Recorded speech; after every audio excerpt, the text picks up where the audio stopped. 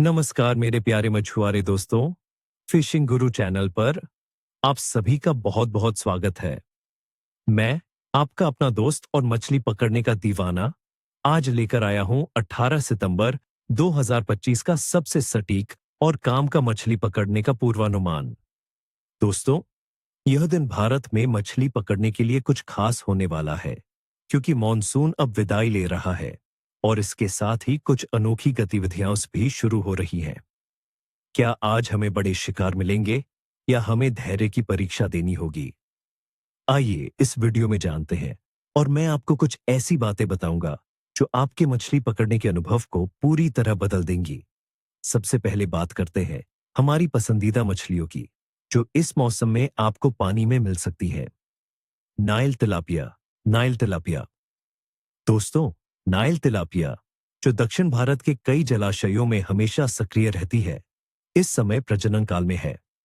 यह पानी के ऊपरी और मध्य स्तरों में पाई जाएगी, खासकर उन जगहों पर जहां पानी थोड़ा शांत हो और जलीय वनस्पति या डेट्राइटस, पानी में सड़ी हुई वनस्पति मौजूद हो। इसे पकड़ने के लिए आप साधारण फ्लोट रॉड या हल्के स्पिनिंग गियर का इस्तेमाल कर सकते हैं। छोटे कृमि, वर्म्स, मक्के के दाने या फिर कृत्रिम मक्खी वाली छोटी स्पिनर बैट बहुत कारगर साबित होगी। एक छोटी सी तरकीब, जहां पानी में थोड़ी सी हलचल और मिट्टी कीचड़ दिखे, वहां अक्सर तिलापिया झुंड में होती है। रोहू और कतला, इंडियन कार्प्स। मॉनसून के बाद पानी में खाद्य पदार्थों की बहुतायत होती है, जिससे रोहू और कतला जैसी बड़ी कार्प मछलियां काफी सक्रिय रहती है। इन्हें आप शांत बैकवाटर्स, धीरे बहने वाली नदियों के मुहानों और नहरों में ढूंढ सकते हैं। पानी की सतह के पास या मध्यम गहराई पर फीडिंग चल रही होगी। इसके लिए फीडर फिशिंग सबसे बेहतरीन विकल्प है। चारा बनाने के लिए आटे, चावल के दानों और थोड़े से गुड़ का मिश्रण उपयोग करें। हुक पर मक्के के दाने या छोटे फलों के टुकड़े लगाएं। सुबह जल्दी या शाम ढलते समय इनकी गतिविधि सबसे ज्यादा होगी। कैटफिश। कैटफिश कैटफिश हर मौसम में सक्रिय रहती है और इस मौसम में भी वे खाद्य पदार्थों की तलाश में गहराई से बाहर आ सकती है। इन्हें आप नदियों के तल, गहरे गड्ढों और पानी के नीचे की संरचनाओं, जैसे डूबे हुए पेड़ या पत्थर, के पास ढूंढ सकते हैं। भारी बॉटम रिग्स के साथ लाइव बैट, जैसे छोटे कीड़े या मछली के टुकड़े या चिकन लिवर का इस्तेमाल करें। रात के समय कैटफिश ज्यादा सक्रिय होती है, खासकर अगर रात में हल्की बारिश हो। चलिए अब बात करते हैं आज की स्थितियों की, जिनके आधार पर हमने यह पूर्वानुमान बनाया है। मौसम का मिजाज। दोस्तों, 18 सितंबर 2025 को मध्य भारत के कुछ हिस्सों में, उदाहरण के लिए नागपुर क्षेत्र में, दिन में हल्की बारिश की संभावना 20% है, जबकि तापमान 25 से 32 डिग्री सेल्सियस के बीच रहेगा। हवा में नमी 81% के आसपास बनी रहेगी, जिससे उमस महसूस हो सकती है। रात में 70% संभावना के साथ गरज चमक के साथ बारिश और तूफान की स्थिति बन सकती है।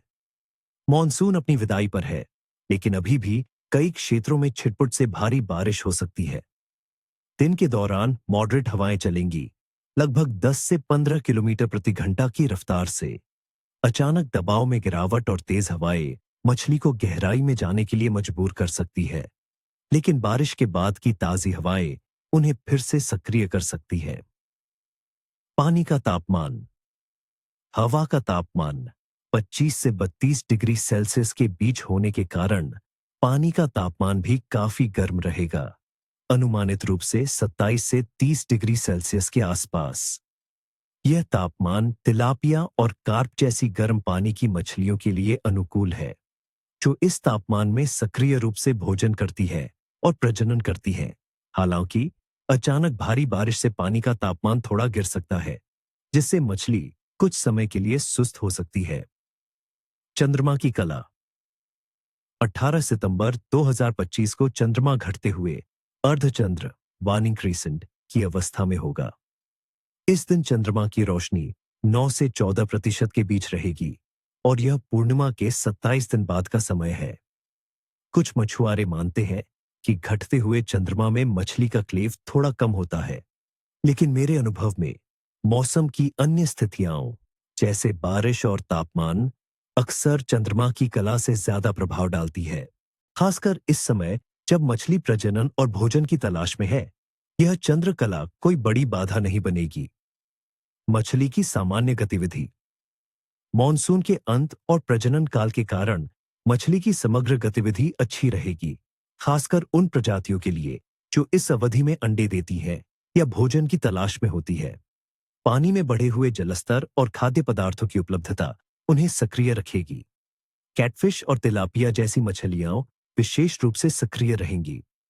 हालांकि गरज चमक के साथ होने वाली बारिश और दबाव में अचानक बदलाव से मछली कुछ देर के लिए सतर्क हो सकती है। आज के पूर्वानुमान के आधार पर मैं क्लेव को मध्यम से अच्छा कहूंगा, खासकर उन जगहों पर जहां बारिश का प्रभाव कम होगा और पानी में हलचल बनी रहेगी। अचानक होने वाली बारिश और तूफानी हवाएं क्लेव को थोड़ा मुश्किल बना सकती है, लेकिन सही रणनीति और धैर्य के साथ आप निश्चित रूप से अच्छा शिकार कर सकते हैं। तो दोस्तों, यह था 18 सितंबर 2025 का मछली पकड़ने का विस्तृत पूर्वानुमान। मुझे उम्मीद है कि ये टिप्स आपके लिए बहुत काम आएंगे। बाहर निकलिए, अपनी छड़ें उठाइए और इस शानदार दिन का पूरा फायदा उठाइए। याद रखें, मछली पकड़ना सिर्फ मछली पकड़ना नहीं, बल्कि प्रकृति के साथ एक अनुभव है। अगर आपको यह वीडियो पसंद आया हो, तो इसे लाइक करना न भूलें, चैनल को सब्सक्राइब करें और अपने दोस्तों के साथ शेयर करें। मुझे कमेंट करके जरूर बताएं कि आपके क्षेत्र में इस दिन क्लेव कैसा रहा, या आप इस मौसम में कौन सी मछली पकड़ना पसंद करते हैं। आपकी राय मेरे लिए बहुत मायने रखती है। अगली बार तक के लिए निखवोस्ता, नीचे शुई, मेरी शुभकामनाएं, या जैसा हम हिंदी में कहते हैं, शुभ क्लेव। धन्यवाद और खुश रहे।